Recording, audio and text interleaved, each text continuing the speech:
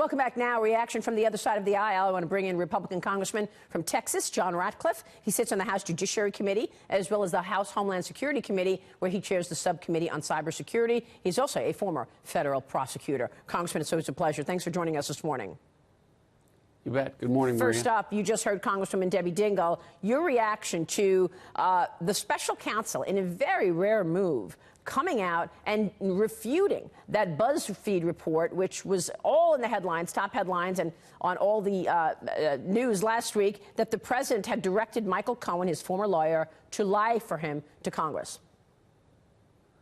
Well, I'm glad the special counsel did it. It was the right thing to do. He deserves credit for that. I think the president gave him credit for that. I guess the question that I would have, Maria, is why now, almost 2 years into the special counsel's tenure, does he take this extraordinary action to correct a fake news or false news article about the special counsel when there have been dozens of them over the last 2 years? So is that just a coincidence, or does it have something to do with the fact that that happened 2 days after an attorney general nominee said, for the first time, I'm going to grade the special counsel's homework, and I'm going to get to the bottom of all of this and bring a fair and expeditious conclusion to this matter. So I don't think it's as much of a coincidence as it is a cause and effect of what happened earlier in the week at the Attorney General's confirmation hearing. I want to get back to Bill Barr's confirmation hearings and get your take on the timing, when he might be confirmed.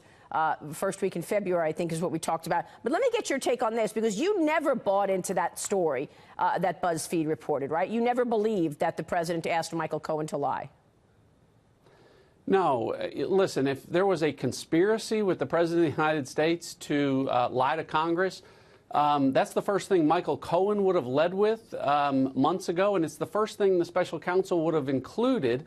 Michael Cohen wouldn't have pled to lying to Congress. He would have led to a conspiracy to lie to Congress that involved the president. So I never for a second thought there was anything to that BuzzFeed story, and I'm glad the special counsel corrected the record. So the fact that is now we're learning him say, oh, I was directed by the president, after he's already been sentenced. He's going to go to jail for lying to Congress. Okay, let me move on, because we did also get some revelations from Bruce Orr's closed-door interview with you and your colleagues, transcribed interview with congressional investigators. And I want to talk about that because it really does put a spotlight on something, whereas the people on the left and your detractors, in terms of saying this is nonsense, Jim Comey continues to call all of this nonsense. You just we had Jim Himes on last week, one of your colleagues in the Intel Committee, and I talked about FISA abuse with the Democratic congressman. Listen to what he said.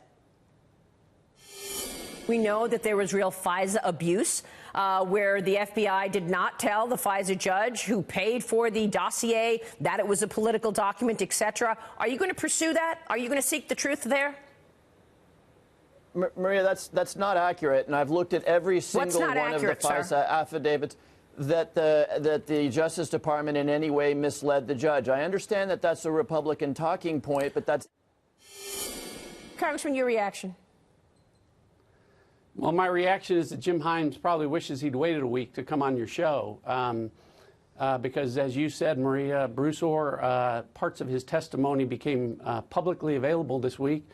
And he said just the opposite of what Jim Himes told you.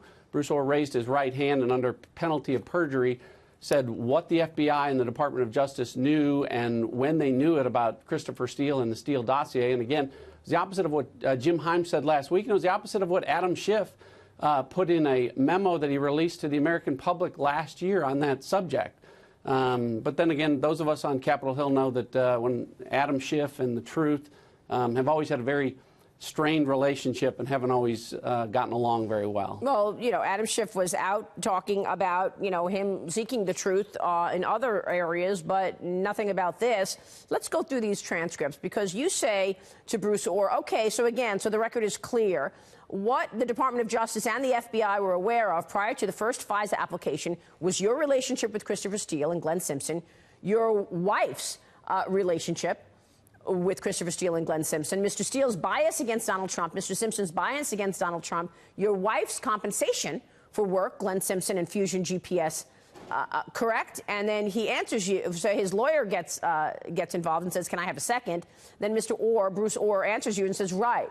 So just again to reiterate, when I spoke with the FBI, I told them my wife was working for Fusion GPS. I told them Fusion GPS was doing research on Donald Trump. You know, I don't know. I know if I use the term opposition research, but certainly that was what I tried to convey to them. So explain this exchange and what you got from it. Well, remember, Bruce Orr is the number 4 person at the Department of Justice at the time. And why this is important, Maria, is, you know, what we've been hearing from Jim Himes and from Adam Schiff and, frankly, from the FBI and the Department of Justice was that the FBI and the Department of Justice really didn't know much about the Steele dossier until much, much later in the fall of 2016. Bruce Orr said under oath that before the Russia investigation was ever opened on July 30th, 2016, he sat down with Christopher Steele. He knew that Christopher Steele had put together this dossier at the direction of Hillary Clinton and the Democrats. He knew that Christopher Steele was biased and determined to stop Donald Trump, and that's why he wasn't willing to vouch for the credibility or the reliability of Christopher Steele in the dossier.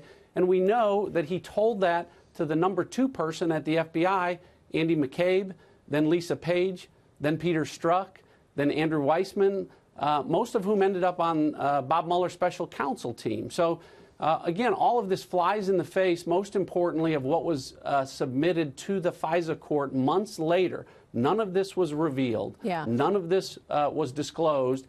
And that's why it's so significant. And yet, the first hearings of the House Democrats that is coming up, they are bringing the witness to the floor, Michael Cohen. And that's going to happen when? When is this that testimony happening, sir? February 7th. Okay. So they are looking at something different than what we are getting from these documents in terms of who said what and knew what, when, and the malfeasance at the top of the FBI. Yeah, well, you know, you have to ask yourself, if you're interested in finding the truth, would the first witness that you bring in be someone to testify to Congress right before he goes to prison for testifying to Congress untruthfully? That's not where I would go. Okay. I want to ask you where you would go. We're going to take a short break because I know that you have some ideas in terms of peeling back the onion even more. And then I've got to get your take on the Bill Barr hearings, the William Barr hearings last week, in terms of whether or not the incoming AG will be following the truth and seeking the truth in this regard.